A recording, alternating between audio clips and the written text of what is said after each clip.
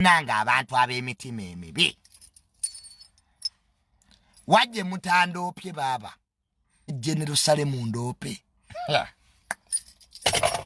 ensi eno teyagaliza ninga Junior ekimpalanya ki bugabbanga ku muntu just living my life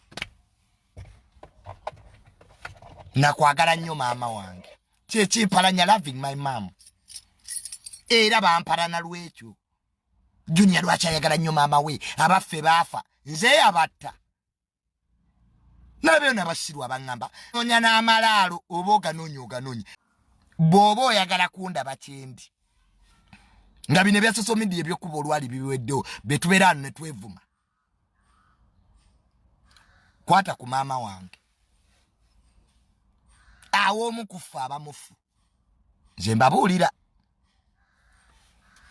nze ebintu byonna mu nsi osobola obbinzijjako I can lose my job, you can take my wealth, you can take everything. But one thing is my mom. Ekyo tebakizannyirako. So nze abaana ba Pastor Bujjingo kye baakola kye kituufu. Abaana baagala nnyo ba maama baabwe. Baagala soko yagale maama we. Bamukyawa ate nga batuufu.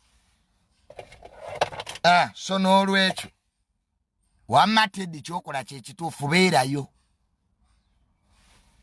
weesirikire. Nze Junior ni mami's boy.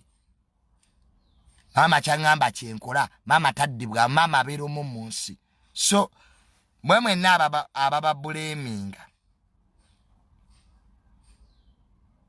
mbwe abaana tebagenze kulaba taata waabwe mbwera abaana beeyisizza bubi ne muvuma Teddy mukazi watu yamala emyaka 20 something in that marriage.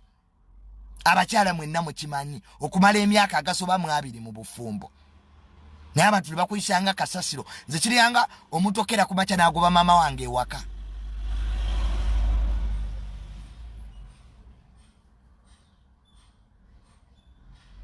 Naye Teddy bamuyisa bubi. That's a fact. Kati n'abaana be ne banyiiga.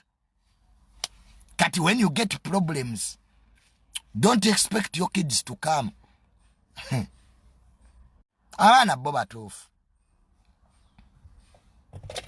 Nze Junior awo sizannyirawo tusobola okuginika ebinnyo obudde ne buziba niwe oba oyagala kulaba nze nsobola okutta omuntu ku kintu kimu awo nkuttira ddala awo oba ogenze kufa.